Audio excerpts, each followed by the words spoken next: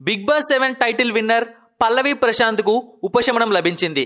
Big boss final రోజున Annapurna studio వద్ద ప్రభుత్వ ఆస్తులపై జరిగిన దాడి ఘటనలో పోలీసులు ప్రశాంత్ను A1గా, అతని సోదరుడు మనోహర్ను A2గా పేర్కొంటూ కోర్టు అతనికి 14 రోజుల రిమాండ్ విధించింది. ఈ కేసులో ఆయనకు నాంపల్లి కోర్టు షరతులతో కూడిన బెయిల్ మంజూరు చేసింది. డిసెంబర్ 23 చెంచల్గూడ జైలు నుంచి ఆయన విడుదల అయ్యే అవకాశం ఉంది. తాజాగా పల్లవి ప్రశాంత్ ఇన్స్టాలో తన పేరు మార్చుకున్నారు. అందులో తన పేరు బయోను కూడా మార్చారు. మళ్ళొచ్చిన స్పై టీమ్ విన్నర్ అని కొత్తగా తన ఇన్స్టాగ్రామ్లో చేర్చుకున్నాడు. ప్రశాంత్ సూచన మేరకు అతని మరో సోదరుడు ఈ మార్పులు చేసినట్లు తెలుస్తోంది.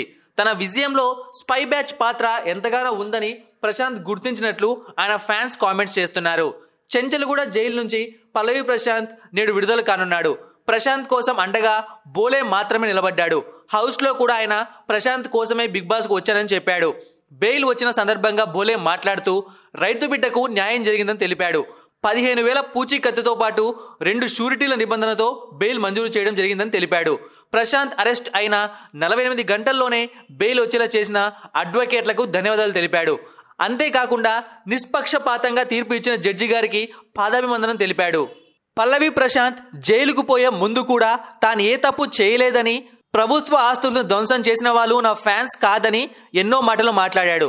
అంతేకాకుండా ప్రశాంత్ అరెస్టు చుట్టూ ఎన్నో జరిగాయి. అతను పారిపోయినట్లు న్యూస్ కూడా బయటకు వచ్చింది.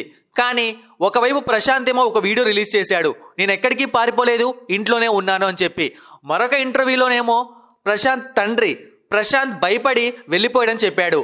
ఎలాగైతేనేమి బిగ్ బాస్తో వచ్చిన ఫేమ్ కాస్త జైలుకు పోయి పోగొట్టుకున్నాడనే చెప్పాలి. రైతు బిడ్డగా బయటకు వచ్చి ఇలా ఏవేవో చేసి జైలు వరకు పోవడం అవసరమా అని అంటున్నారు.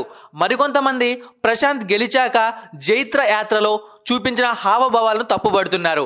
హౌస్లో ఉన్నప్పుడు అంత నార్మల్గా ఉన్న నువ్వు బయటకు వచ్చాక ఇలా ఎందుకుంటున్నావు అంటే ఇదే నీ నిజస్వరూపమని ప్రశాంత్కు రివర్స్ కూడా అయ్యారు. ఇప్పుడు ప్రశాంత్ జైలు నుంచి వచ్చాక ఏం మాట్లాడతాడో చూడాలని చాలా మంది ఎదురు చూస్తున్నారు.